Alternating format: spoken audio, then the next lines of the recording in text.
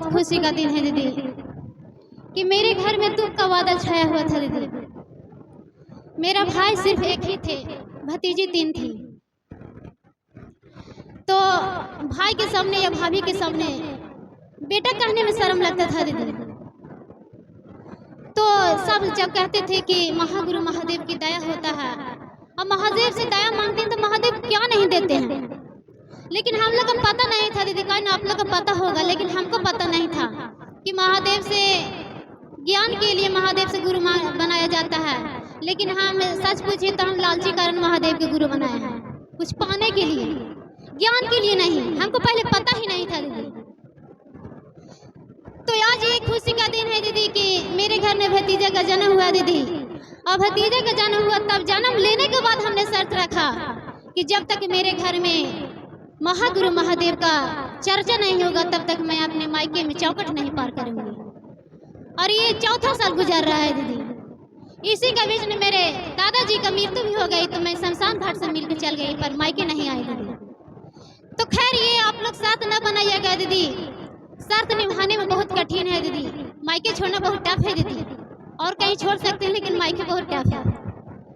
तो कौन कहता है दीदी कि महागुरु महादेव का दया नहीं होता है दीदी? दया हम लोग मांगते नहीं है दीदी, दया मांगने के आश्रय में हम लोग जाते नहीं है दीदी।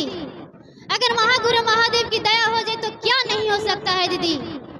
गूंगा व्यक्ति भी बोलने लगता है दीदी, लंगड़ा व्यक्ति भी पर्वत चढ़ने लगता है दीदी, और अंधा व्यक्ति भी शास्त्र लिखने लगता है दीदी। महागुरु महादेव की दया हो तो क्या नहीं हो सकता है दीदी। हमने अनुभूत किया है, आप लोग भी अनुभूत कर सकते हैं इस बात के लिए। साहब ने ठीक ही कहा था कि मैंने अपने गुरु से परीक्षा ली है, आपका भी परीक्षा प्रार्थनीय है, आप भी महादेव से परीक्षा ले सकते हैं।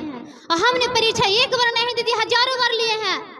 आप लोग भी अनुभूत कीजिए, आप लोग भी महादेव से परीक्षा लीजिए। आप लोग भी शर्त लगाइए कि क्या महादेव सच में दया करते हैं कि नहीं। अगर महादेव दया नहीं करेंगे तो साहब दीदी बोले हैं कि अगर मन से आप चर्चा कर रहे हैं, मन से अगर आप तीनों सूत्र काम कर रहे हैं, मन से महादेव को अगर आप काम कर रहे हैं तो महादेव नहीं देंगे तो हम देंगे। ये साहब दीदी का वचन है। अगर महादेव अगर कपड़ा पहनने के लिए नहीं देंगे तो हम देंगे, महादेव अगर खाने के लिए नहीं देंगे तो हम भर पेट भोजन जुटाएंगे। ये साहब दीदी का संकल्प है दीदी। तो आप लोग भी अनुभूत कीजिए। बहुत से लोग चर्चा को हंसी उड़ा रहे हैं, मजाक में उड़ा रहे हैं, मंच पर आकर हंसी मजाक करके उतर जाते हैं। क्या ये चर्चा ड्रामा है दीदी? क्या यहाँ पे ऑर्केस्ट्रा चालू है? कुछ भी यहाँ से हम बोल के चल जाए? यहाँ पे गुरुवाना यहाँ पे सीखने के मनसा से आई है, यहाँ पे गुरु भाई यहाँ पे सीखने के मनसा से आए हैं, सिखाने के मनसा से आए हैं। आज कितना गुरुवाना घर से बात सुनकर आई होंगी। कहीं हम भी चर्चा में चलते हैं तो हम लोग का भी घर से बात लातो भी पड़ता है, डांटो भी पड़ता है। तो अधिकतर गुरुवाना कितना संकट से आई होंगी जेठ की कड़ाके धूप में कि अपने महागुरु महादेव की चर्चा में जा रहे हैं। तो यहाँ पे चर्चा में सिर्फ भीड़ लगाने के लिए नहीं दीदी, यहाँ पे आए हैं तो अपने जीवन में कुछ उतारने के लिए आए हैं। अगर आपके पास महादेव है तो महादेव दूसरों को देने के प्रयास करिए, और अगर आपके पास महादेव नहीं है तो यहाँ से ले जाने के प्रयास करिए।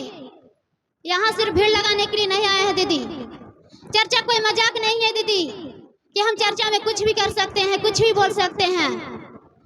अगर आप को मजाक बना रहे हैं तो आपको महादेव से डर नहीं है। जिस दिन आपको समझ लीजिएगा महादेव मेरे दिल में बसल है तो आपको किसी को झूठा शिकायत करने में भी आपको डर लगेगा दीदी। आपको शिकायत करने में आपका जीभ कांपने लगेगा दीदी, आपका शरीर कांपने लगेगा, क्योंकि आपको समझ में आ जाएगा कि महादेव मेरे पास में है। तो शिकायत कर रहे हैं तो कोई सुन रहा है या नहीं सुन रहा है, लेकिन मेरे महादेव तो सुन रहे हैं ना। शिकायत करते हैं तो शिकायत करने वाला नहीं सुनता है दीदी, सुनते हैं हम ही और करते हैं हम ही। और अंत में जब उठ के जाने लगते हैं तो क्या कहते हैं कि किसी को कहिएगा मत, कहे कि हम गवाही ना देबो। यही तो है हम लोग का। लेकिन साहब ने कहा कि ऐसा काम में क्यों पड़े हो जो सारा बात बतिया लेते हो, कहते हो कि फिर किसी को कहिएगा मत। अरे वैसा काम करो ना जो तुम कर रहे हो तो दूसरों को करने को कहो। तो दूसरों को करने के लिए क्या है दीदी? जो तुम करते हो दूसरों को करने के लिए कहो। तो जो हम आप चले हैं चर्चा में, हमको जो अनुभूत हो रहा है, हमको जो महागुरु महादेव से दया मिल रहा है, हमको जो चर्चा करने का जो भी ज्ञान है वो दूसरों को बताइए दीदी। या तो फोन के माध्यम से बताइए, या तो चलकर बताइए, या तो कहीं पे जाकर बताइए, लेकिन बताइए।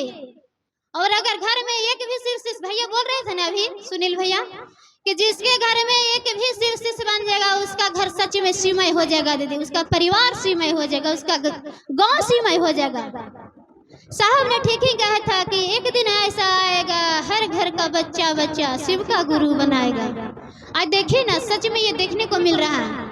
हम लोग से ज्यादा छोटी छोटी बच्चा आसानी से चर्चा कर लेता है, आसानी से चर्चा करके उतर जाती है। आज गुरुवाना गुरु भाई किसी को कहिए कि हम 40 साल से पुराना बनल है, लेकिन हमको चर्चा करने का ज्ञान नहीं है। क्यों नहीं ज्ञान है? आप दया मांगते नहीं हैं। हम अब दया सिर्फ इसलिए मांगते हैं कि हमको महादेव से बढ़िया दामाद मिल जाए, बढ़िया पुतोह मिल जाए, बढ़िया धन मिल जाए, बढ़िया दौलत मिल जाए। अरे महागुरु महादेव की दया हो तो क्या नहीं हो सकता है दीदी। आप गरीब से अमीर हो सकते हैं। अब अगर महादेव आपके ऊपर अगर खराब हो जाए तो आप अमीर से गरीब भी हो सकते हैं दीदी। इसलिए मजाक मत उड़ाइए दीदी। एक आगो ऐसा बात सुनकर जब महादेव के प्रति लोग बोलता है तो आंख से आंसू टपकता है।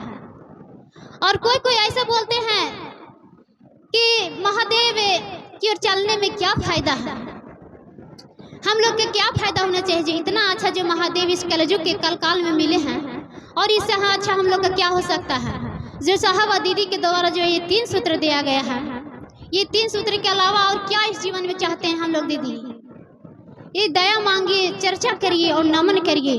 ये 3 सूत्र करिए ना दीदी। सिर्फ फायदा के लिए क्यों करते हैं? दया इसलिए मांगे ना कि हे शिव आप मेरे गुरु हैं, मैं आपका शिष्य हूँ, मुझ शिष्य पर दया कीजिए महादेव, दया कीजिए। आप नहीं दया कीजिएगा गुरुवार तो कौन दया करेगा महादेव। मेरे लिए तो सब कुछ आप ही हैं महादेव, मुझ पर दया कीजिए महादेव, दया कीजिए। हे शिव गुरु मुझ पर इतनी दया कीजिए कि मैं आपका काम कर सकूं महादेव। हे गुरुवार मुझ पर इतनी दया कीजिए कि मैं आपका शिष्य बन सकूं गुरुवार।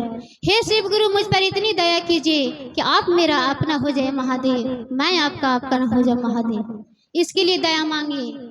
हे गुरुवार अधिकतर गुरु भाई गुरु बहना चर्चा की ओर चल रहे हैं। हम चलते हैं तो मेरे रास्ता में बंधन आता है, बाधा आता है। ऐसा क्यों गुरुवार? क्या हम आपको सही मन से न कर रहे हैं महादेव? मुझ पर दया कीजिए महादेव। मेरा भी मन है मैं भी चर्चा की ओर चलूं, इसलिए दया मांगे महादेव, इसलिए दया मांगे महादेव से। और दूसरा में है चर्चा करना है। आप चर्चा अगर अभी से घोषणा करवाए हैं, अगर कोई नए दीदी या कोई गुरु भाई या 4 साल के बाद आपके जीवन में जो भी अनुभूत हो रहा है दीदी, फायदा हो या घाटा हो, घाटा तो लगता है किसी को हो ही न सकता। घाटा अगर होता तो ये जेठ के कड़ाके के धूप में एक गुरु बहना का इतना भीड़ नहीं होता। तो जो भी आपको ये चर्चा के माध्यम से आपको फायदा हो रहा है महागुरु महादेव की दया से, तो आप दूसरों को बताने का प्रयास करिए दीदी। आप सिर्फ ये नहीं कहिए कि हम शिव को गुरु बना लिए हैं तो हम गोतिनिया को क्यों बताएं, हम शिव को गुरु बना लिए हैं तो अपना बहू को क्यों बताएं, अपना सास के क्यों बनाएं। ये नहीं दीदी, पहले घर को शिवमय बनाइए। आपका पति अगर सच में शिवमय हुआ थी, शिव का शिष्य बन जाए, आपका गोतनी हो जाए, आपका ससुर हो जाए, तो उस घर में तनिक भी कलेश नहीं होगा दीदी। अब अगर आप शिव का शिष्य बनल है, आपका गोतनी न बनल है, तो गोतनी अगर 4 गो गाड़ी देगी तो आप ना चाह कर भी गाड़ी दे दीजिएगा दीदी, कितना बर्दाश्त करिएगा। इसलिए सबसे पहले गोतनी को बनाने का प्रयास करिए, जो लड़ाकिन है, जो ननद लड़ाकिन है, जो चर्चा की ओर रोक रहा है। अगर मान ली कि पति रोक रहा है तो पहले उसको महादेव से कहिए, महादेव हमसे पहले अपना मेरे पति को अपनाइए कि चर्चा में चलने के लिए रोके नहीं। तो इसलिए महादेव से दया मांगी। और तीसरा में है नमः शिवाय, अपने गुरु शिव को प्रणाम निवेदित करना दीदी। जब महादेव को अपना बना ही लिए हैं दीदी तो प्रणाम करना ही पड़ेगा। तो नमः सास के द्वारा प्रणाम करे दीदी। जब सास अंदर की ओर ले जा रहे हैं तो नमः, और सास बाहर की ओर छोड़ रहे हैं तो शिवाय। अगर आप दिन रात से अगर एक बार दिल से अगर कर देते हैं तो समझिए कि आपको 7 फुटी तक आपको ऐसे ही सुधर जाएगा। और अगर आप माला के माध्यम से कोई गुरुवाहन करती है तो करिए, उसमें मन भटकता है। आप लोग तो कहीं कर लेती होंगी, लेकिन हम माला के माध्यम से नहीं कर पाते, मेरा मन भटक जाता है। इसलिए साहब ने कहा है कि आपको जब याद पड़े तब नमः शिवाय से प्रणाम करिए। जब याद पड़े 1 मिनट बाद या 2 मिनट बाद, कुछ अवस्था में हो, या नहले रहो या ना, या खाना खाते शहर में रहो, या किस अवस्था में रहो, जब भी याद पड़े तो नमः शिवाय से प्रणाम निवेदित कर दीजिए। अगर किसी से हम गप ही कर रहे हैं तो मेरा मन में गप नहीं ना चल रहा है दीदी, हम जहाँ कहीं भी गप कर रहे हैं तो वहाँ से नमः शिवाय का प्रणाम कर दें। कहीं भी रहिए, सोते समय अगर नमः शिवाय से अगर सच में प्रणाम कर दे तो नींद तो इतना अच्छा आएगा दीदी, लगता है कि स्वर्ग में है, भले ही हम धरती पे सुतल रहिएगा। आपका जीवन में चैन मिलेगा दीदी। तो ज़्यादा विशेष क्या कहें,